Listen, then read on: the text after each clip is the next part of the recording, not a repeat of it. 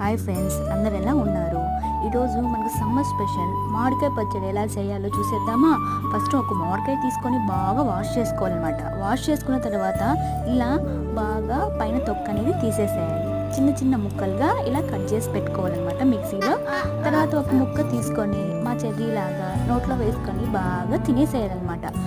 తర్వాత ఉప్పు తగినంత కారం వేసి బాగా మరలా గ్రైండ్ చేసుకోవాలి. ప్యాండీలో నూనె, ఆవాలు, ఎండుమిర్చి, వెల్లుల్లి రెబ్బలు, కరివేపాకు ఇవన్నీ వేసి బాగా వేసుకోవాలి. నూనె అనేది కొంచెం ఎక్కువ క్వాంటిటీలో తీసుకోవాలి. ముందుగా గ్రైండ్ చేసినటువంటి మనం మామిడికాయ తురుము ఉంది కదండి, దాంట్లో వేసి మరలా వేపుకోవాలి. ఇలా వేపుకుంటే మనకు 2-3 రోజులు నిల్వ అనేది ఉంటుంది. మీరు కూడా ట్రై చేసి ఎలా ఉందో కమెంట్ రూపంలో చెప్పండి.